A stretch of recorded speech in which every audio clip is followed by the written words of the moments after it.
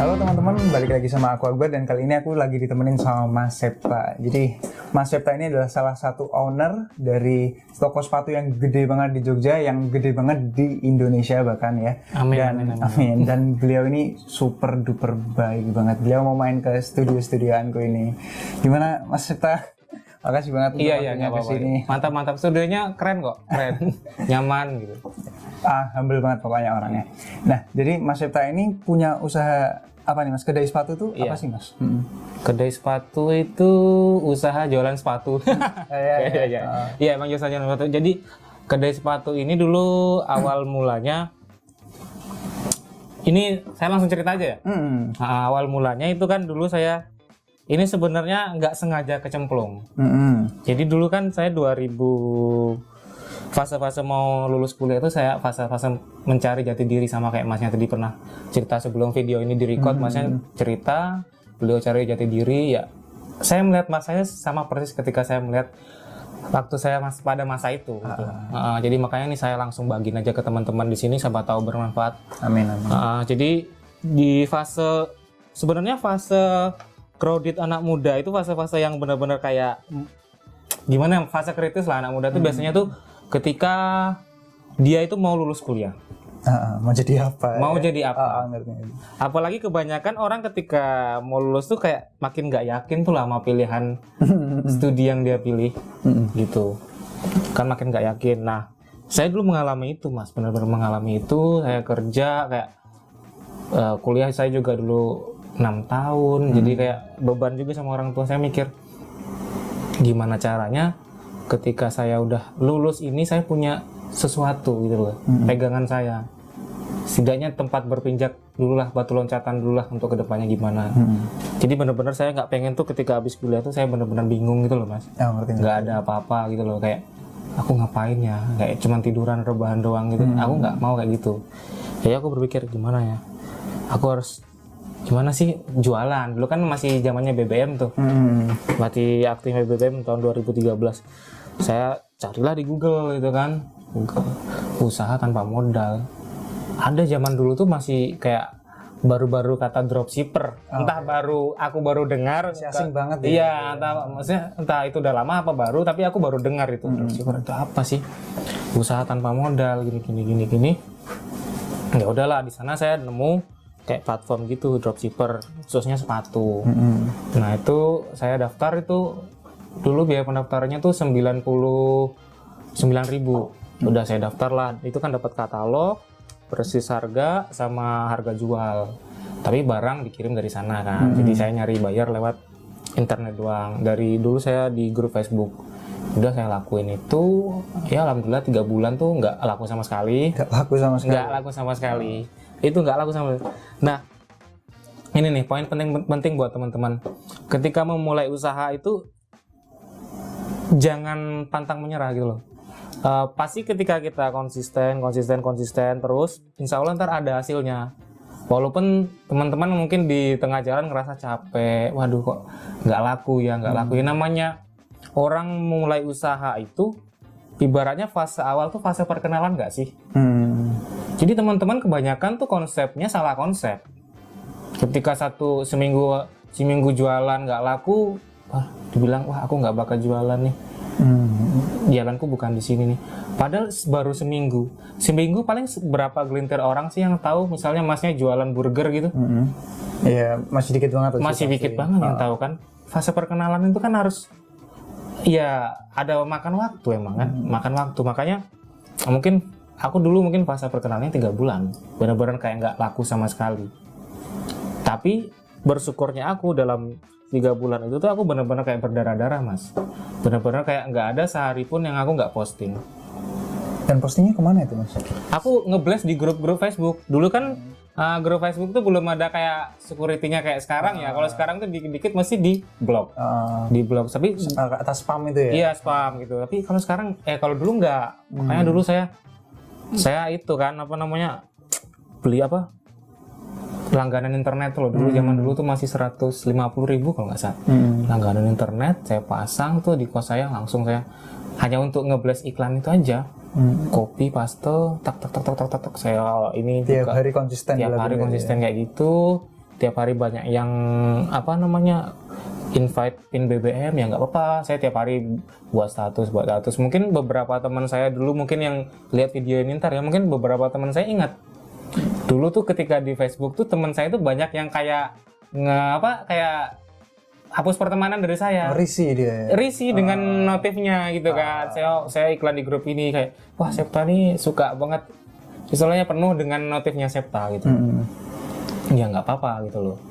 Itu mungkin jadi kayak cerita dan bagian dari perjuangan saya dulu kan, maksudnya.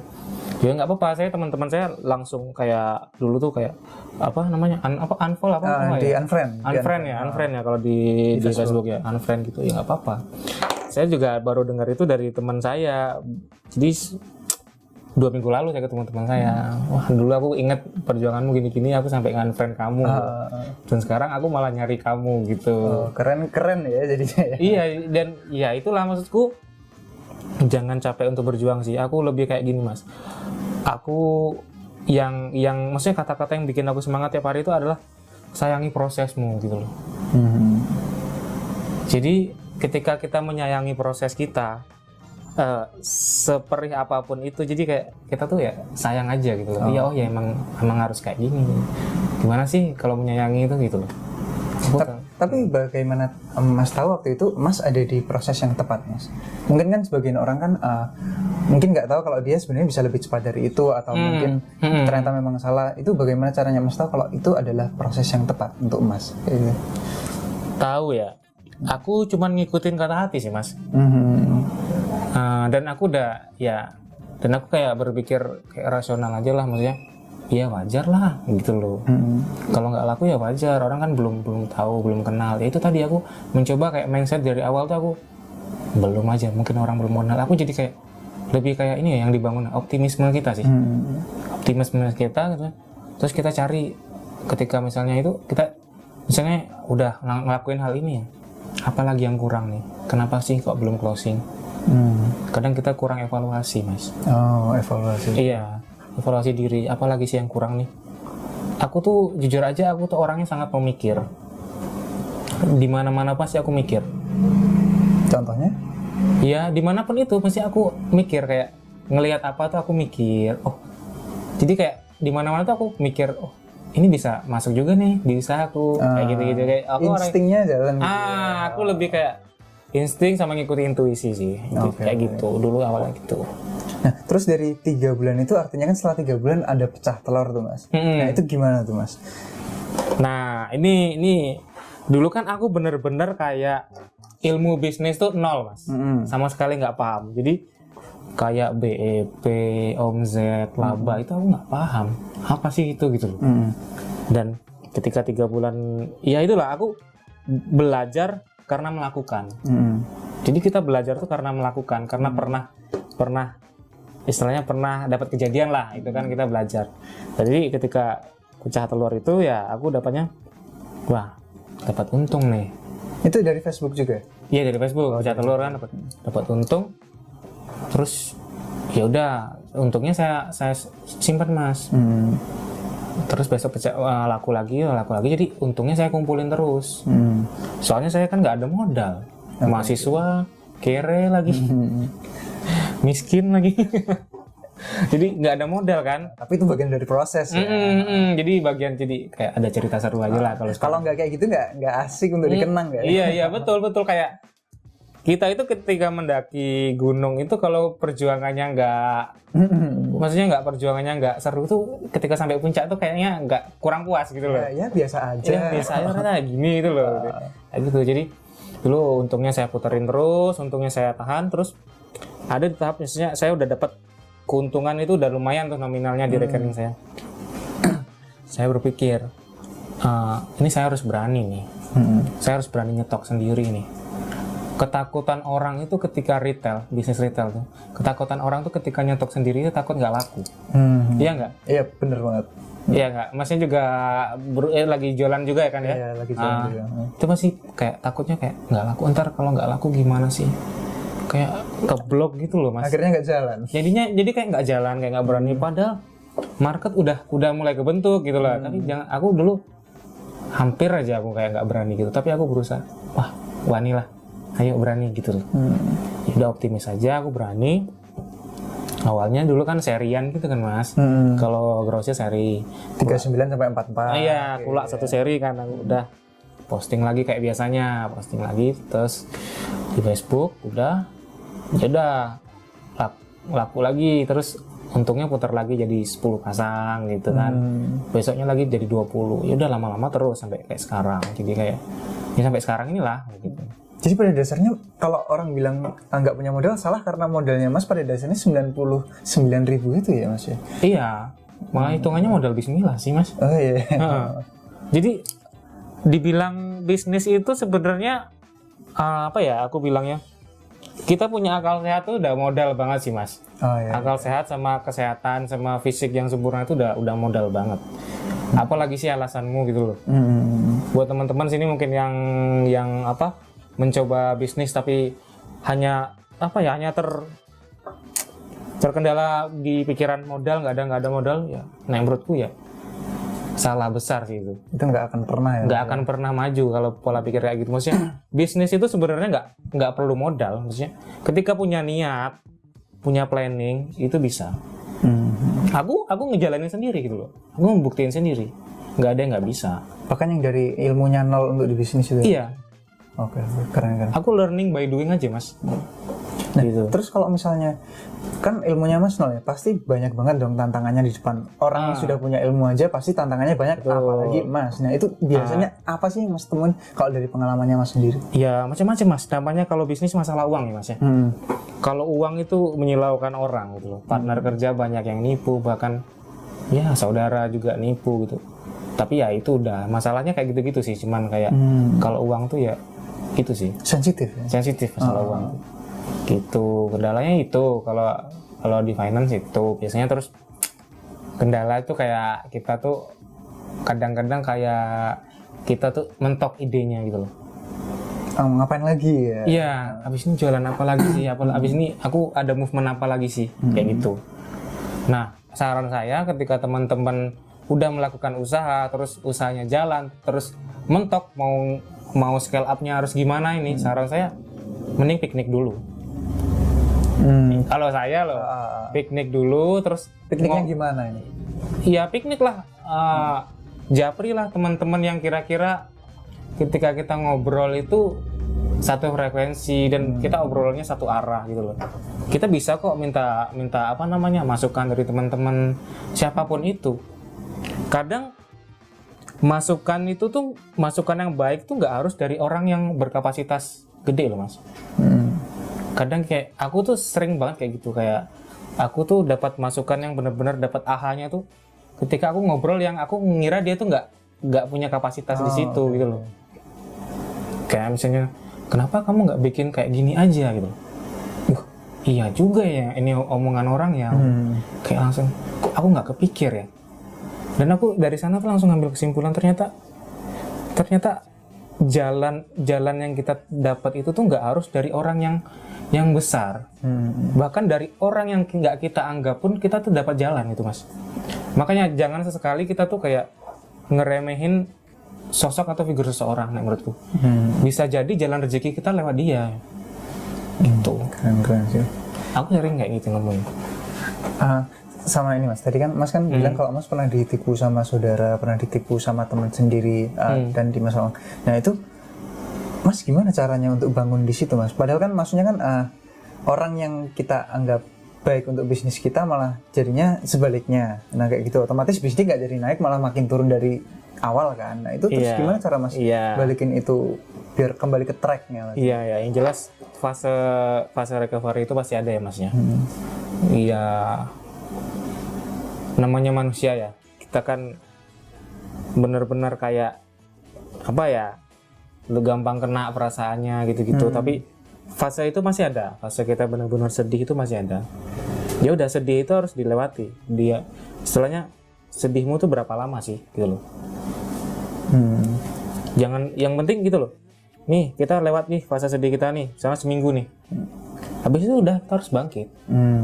Jangan berlarut-larut. Jadi masih kita harus kayak udah aku cukup segini sedihku. habis itu kita harus bangkit lagi.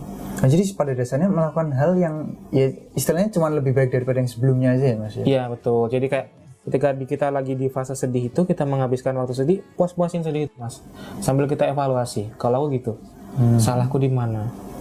Bisa jadi gini loh Mas, bisa jadi orang nipu kita, bisa jadi karena sedekah kita yang kurang, bisa jadi karena orang itu tersinggung atas sikap kita, omongan kita, bisa jadi loh. Jadi kita tuh jangan melihat ketika orang kayak menyakiti kita tuh jangan melihat hanya itu salahnya dia gitu loh. Coba deh kita geser dikit, siapa tahu kita ada salah juga di sana gitu loh. Oh, oke. Jadi nggak semuanya melulu tentang yang eksak ya Mas ya? Jadi lihat dikit, oh ternyata ya udah. Kan kayak gitu kan kita kayak proses membenahi diri juga nggak sih? Sekalian proses pembenahan diri juga. Ya kayak gitu sih kalau aku recovery sambil mikir terus ya udah jalan lagi. Oke. Iya gitu. Kalau itu Mas, dari Mas sudah mulai ngestok barang beberapa kan akhirnya Mas punya toko dan sekarang akhirnya punya toko dan beberapa gudang. Nah itu gimana tuh Mas? Itu kan scale up yang dari yang sebelumnya nggak punya apa-apa, cuman beli sepatu ngestok satu seri sampai sekarang akhirnya punya segitu banyak. Gini, ya itu tadi cuman kayak apa ya? Kayak bikin bola salju gitu loh Mas. Oh ya, makin gede. Makin gede. Jadi untungnya makin diputar-putar aja kayak gitu. Jadi aku tuh ini, walaupun penghasilan gede, maksudnya walaupun penghasilanku gede, tapi aku berusaha gimana gaya hidupku tuh nggak berubah gitu loh. Ya udah secukupnya gitu loh. Makannya, iya ketika aku dulu makan kayak gitu ya sekarang makan kayak gitu. Jadi pendapatan gede makan ya masih sama seperti itu karena yang itu masih cukup ya Mas. Masih cukup maksudnya. Aku tipikal orang yang kayak maksudnya mau penghasilanku sebulan ratusan juta pun ya kadang-kadang aku ngerasa sebulan dipakai 3 juta 5 juta tuh udah cukup ya udah gitu loh. Mau diapain lagi? Keren. Jadi aku lebih kayak ya udah ini buat ke depan sih, aku lebih mikir ke depan sih. Ini buat nabung ke depan nih. Kedepannya harus gimana Masnya? Aku sini Mas poinnya. Kenapa aku nggak pernah lelah untuk menjalani usahaku. Jadi aku tuh pengen jadi orang yang bermanfaat untuk sesama. Keren. Jadi ketika usahaku makin maju, otomatis aku bakal hiring orang lebih banyak dong. Jadi kayak ada peluang kerja orang di sana kan. Jadi kayak gitu. Aku cuman kayak gitu aja sih. Jadi aku otomatis ketika karyawanku banyak, karyawanku tak sejahterakan, otomatis kan mereka juga ikut berdoa tuh. Mereka juga punya keluarga dari mereka juga ikut berdoa. Ya kalau menurutku itu salah satu yang membuat usahaku terus bertahan. Keren. Doa dari orang-orang itu. Iya sih. Dan aku ngelihat Masnya, Mas ini kan kalau aku lihat kan keren banget ya. Maksudnya nggak cuman dari maksudnya nggak cuma dari sekedar rumus, tapi Mas bahkan rumusnya pun yang spiritual ya. Dan bahkan nggak kayak orang lain. Kalau aku ngeliat dari videonya Mas Firza, Mas ini kan nggak pernah menggunakan yang namanya kayak Facebook Ads, Instagram Ads. Padahal followernya pun yang kemarin akunnya sempat sampai 60.000 ya Mas? Iya, kemarin tuh sempat di 65.000, itu akunnya hilang. Karena? Nggak paham. Mungkin ya itulah tadi. Sebenarnya semakin tinggi pohon kan angganya semakin kencang. Iya. Jadi 65.000 itu sempat hilang. Itu posisi saya lagi tak berdaya berbaring di rumah sakit tuh Mas. Oh lagi sakit? Iya lagi sakit. Saya 2 minggu di rumah sakit. Saya nggak buka HP lama tuh. Ketika saya udah kayak lumayan bisa main HP gitu loh. Kan benar-benar parah kayak gitu. Dengan saya buka HP. Kok IG-nya saya hilang ya? IG Gede Sepatu. Kemana ini? Saya cek di email, saya berusaha balikin, saya berusaha hubungin teman-teman saya pakarnya, gak bisa diselamatkan. Aduh, sayang banget ya. Ya udah. Tapi ya itu ya tadi ya sedihmu seberapa? Iya. Terus aku langsung, oh ya udah deh, misalnya emang nggak bisa ya, ya udah, emang harus diikhlaskan gitu loh kan, maksudnya. Udah kita gimana caranya sekarang berpikir keras, jangan bersedih yang keras, maksudnya berpikir yang keras, gimana caranya balikin itu lagi. Oh yang sudah ya sudah. Ya sudah gitu loh. Oke. Dan itu bahkan sempat sekarang udah gede lagi ya Mas Instagramnya? Iya, udah hampir 31.000 atau 32.000 gitu. Saya nggak. Itu gimana Mas tanpa IG Ads? Maksudnya aku kan belajar juga ya. Sedikit banyak kan aku belajar juga. Tapi aku sama sekali nggak ngerti gimana bisa sampai sebesar itu, nggak perang harga, tapi bisa segede itu. Lebih ke engagement sih mas. Engagement gimana tuh? Hubungan antara kita sama customer kita itu harus dijaga baik. Dengan kalau di tempatnya mas itu? Ya aku dulu kan jujur aja aku dulu selalu sering di sana gitu kan. Jadi pembeli lama aku tuh banyak yang kadang tahu aku gitu. Jadi pembeliku tuh kayak udah kayak militan gitu loh mas. Dia kalau nggak beli sepatu di tempatku nggak mau beli sepatu. Iya. Okay. Walau di tempat lain juga banyak gitu loh. Jadi kayak lebih ada story-nya ya. Iya, ada story-nya juga, teman-teman ngelihat story-nya juga, perjuangannya juga. Terus teman-teman tuh kayak lebih trust gitu loh. Aku ngelihat ngomongnya kayak store brandingnya udah kebentuk sih. Tuh. Dan ini keren banget sih teman-teman. Di kedai sepatunya mas tuh sehari bisa ngirim sampai 700 pair sepatu. Iya, 700 pairs-nya.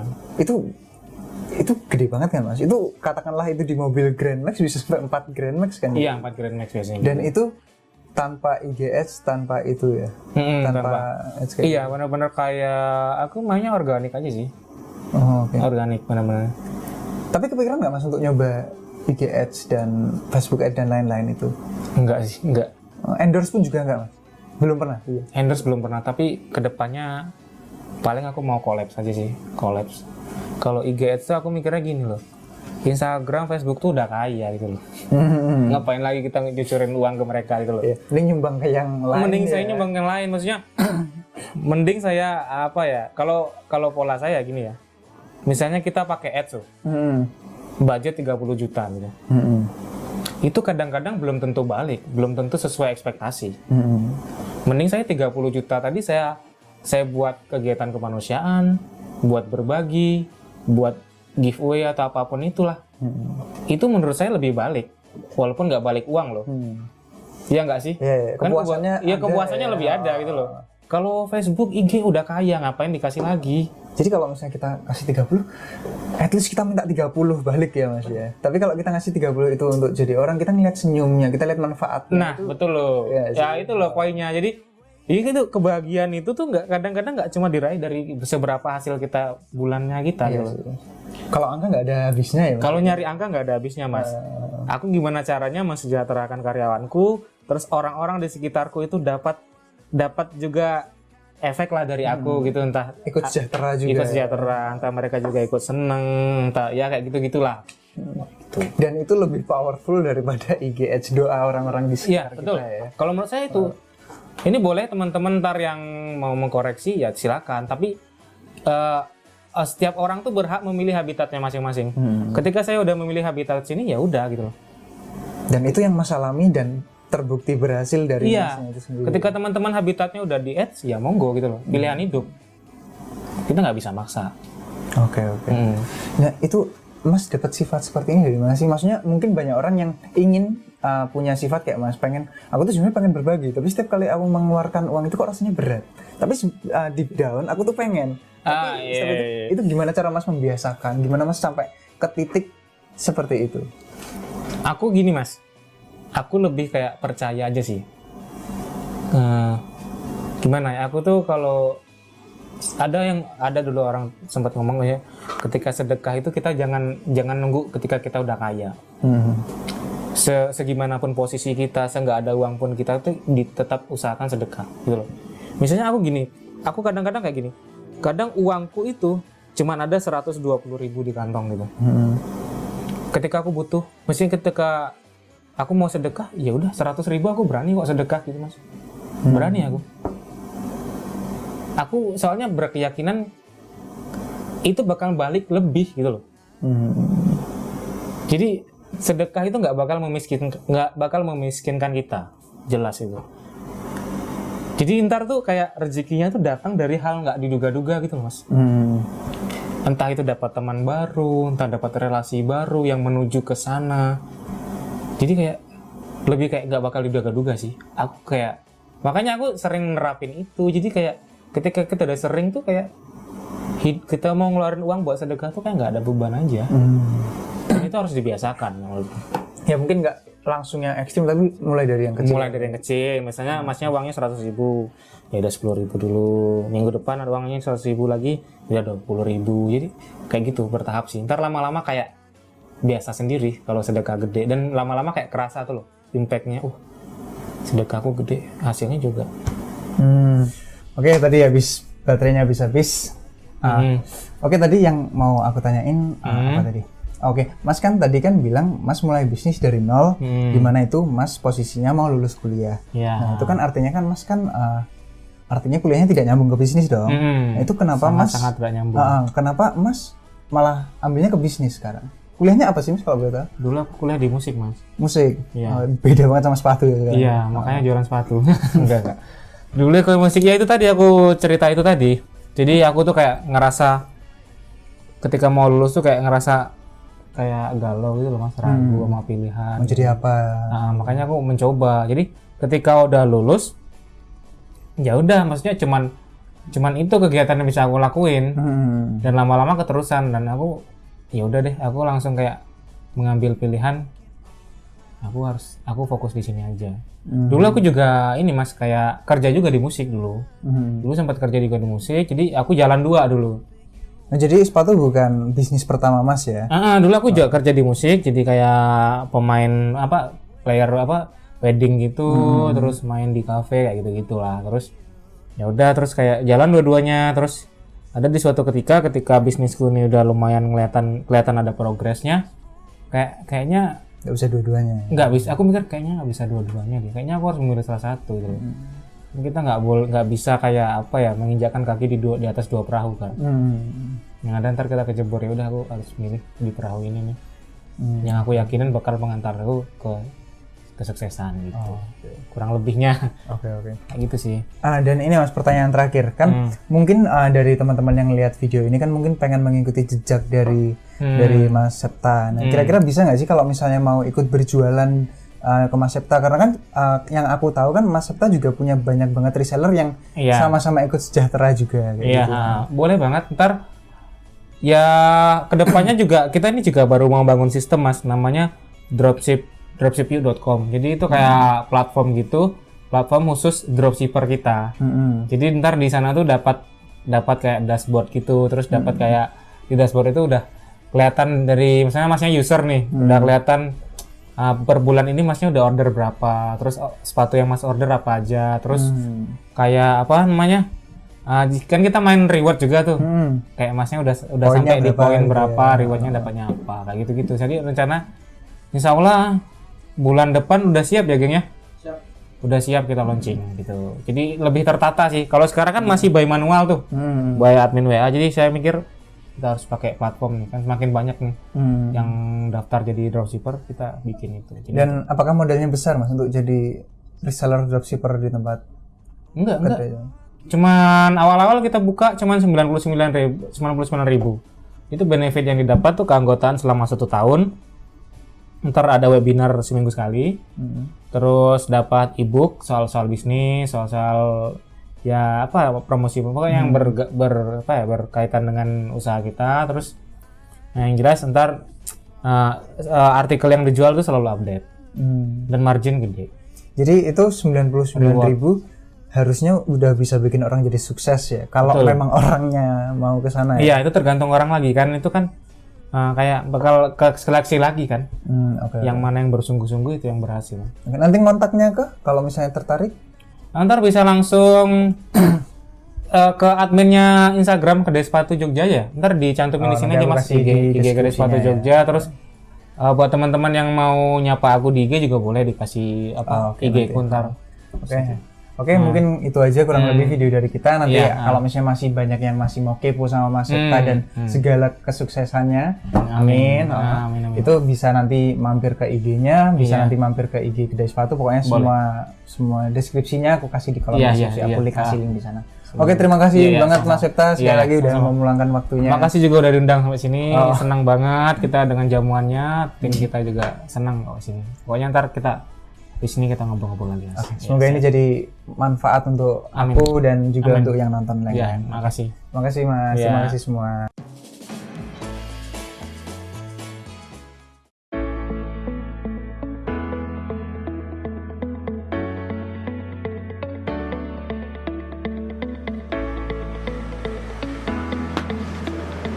Hei teman-teman, ada peluang bagus nih buat kalian yang ingin jadi juragan sepatu lokal tanpa modal.